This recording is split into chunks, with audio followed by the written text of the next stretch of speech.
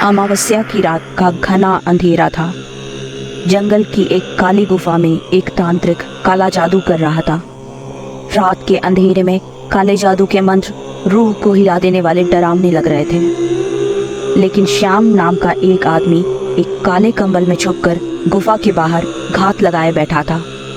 वह तांत्रिक अपने काले जादू में बहुत माहिर था, लेकिन फिर भी वह जानता था कि बाहर कोई चुपके से उसकी बहुत ही ताकतवर चीज चुराने के लिए वहां मौजूद है, जो थी एक काली किताब। यह जानने के बावजूद भी तांत्रिक ने उस आदमी को चोरी करते हुए न पकड़ा और न रोका टोका। असल में वह खुद भी यही चाहता था कि उसकी वह किताब चोरी हो जाए, क्योंकि वो किताब भी शैतान का ही दूसरा रूप थी, जो बार बार खून मांगती थी। वह खुद उसे किसी को नहीं दे सकता था, इसलिए उस किताब से पीछा छुड़ाने का एक ही तरीका था कि वह चोरी हो जाए। इस बात से बेखबर श्याम मौका पाकर अपने आप को कंबल से छुपाता हुआ गुफा के कोने में रखी किताब चुरा लेता है, और इस किताब के जरिए श्याम धीरे धीरे शैतान को जगाने की कोशिश में लग जाता है, ताकि शैतान की मदद से वह दौलत और शोहरत कमा सके। इसके लिए उसने कई सारे तंत्र मंत्र और काली विद्याओं का इस्तेमाल शुरू कर दिया। श्याम जानता था कि शैतान की इबादत करने का मतलब है कि उसे खुश करने के लिए शैतान से अपनी आत्मा का सौदा करना होगा। श्याम इतना शातिर था कि वह शैतान का फायदा तो उठाना चाहता था, लेकिन अपनी रूह को भी बचाए रखना चाहता था। इसलिए उसने एक उपाय खोजा, जिसमें कि वह दूसरे लोगों की आत्मा को शैतान को बेच देता था और काले जादू के जरिए बदले में धन दौलत शोहरत कमाता था। राघव और लीला बे औलाद थे। उन्होंने कई डॉक्टरों, मंदिरों और मौलवियों के चक्कर काटे, पर फिर भी उन्हें कोई औलाद ना हो सकी। इसी तरह एक दिन वह एक तांत्रिक से मिलने गए। जब राघव और लीला तांत्रिक से बात कर रहे थे, तो श्याम भी वहीं मौजूद था और सारी बातें सुन रहा था। राघव और लीला के बाहर निकलते ही श्याम ने पीछे से टोकते हुए कहा, क्या बात है भाई साहब, आप लोग बहुत परेशान लग रहे हैं।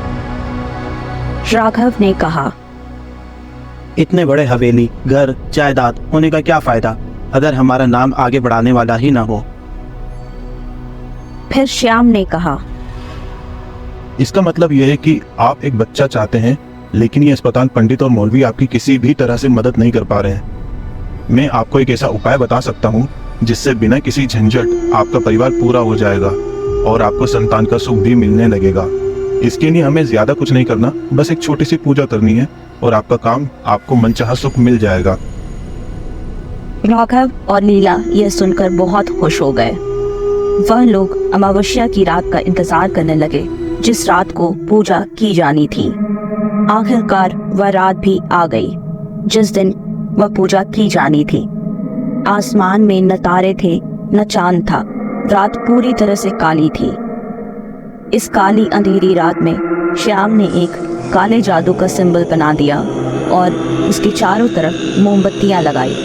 उस सिंबल में मंत्र और नंबर्स लिखे हुए थे। यह सब करता हुआ देख राघव और लीला बहुत डरे हुए थे, पर औलाद की चाहत इतनी बढ़ गई थी कि वह किसी भी हद तक जाने को तैयार थे। उन्हें लगा बस ये एक पूजा ही तो है। श्याम जमीन पर बैठ गया और लीला और राघव को दूसरे कोनों पर बैठने को कहा। श्याम घंटे भर तक उस काली किताब में से तंत्रों और मंत्रों को पढ़ता रहा। अबीर, गुलाल, अगरबत्तियां, फूल, सिंदूर, कई तरह की चीजें चढ़ाने के बाद अचानक हवाएं ठंडी और तेज हो गईं। लगा जैसे हवा का एक तेज झोंका आया और सारी मोमबत्तियों को बुझा गया।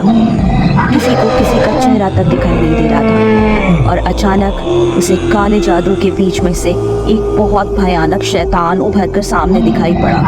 उसकी हंसी खून को जमा देने वाली थी। सब लोग डर गए। लीला डर गई और उसने राघव के पीछे अपना सर छुपा लिया।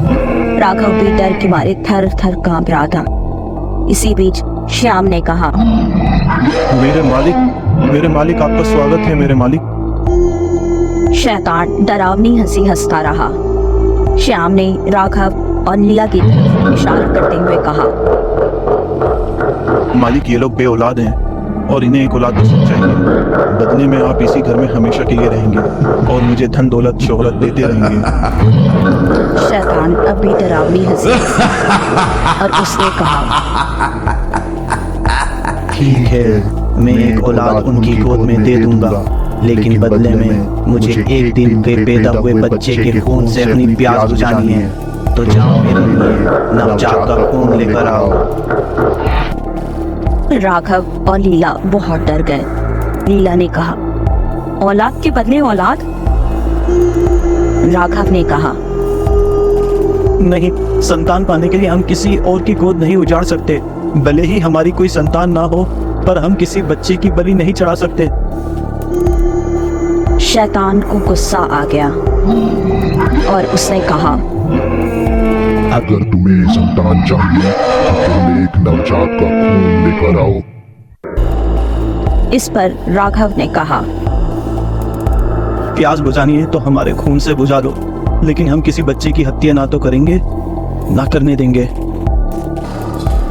इतना सुनते ही शैतान गुस्से में चीखने चिल्लाने लगा।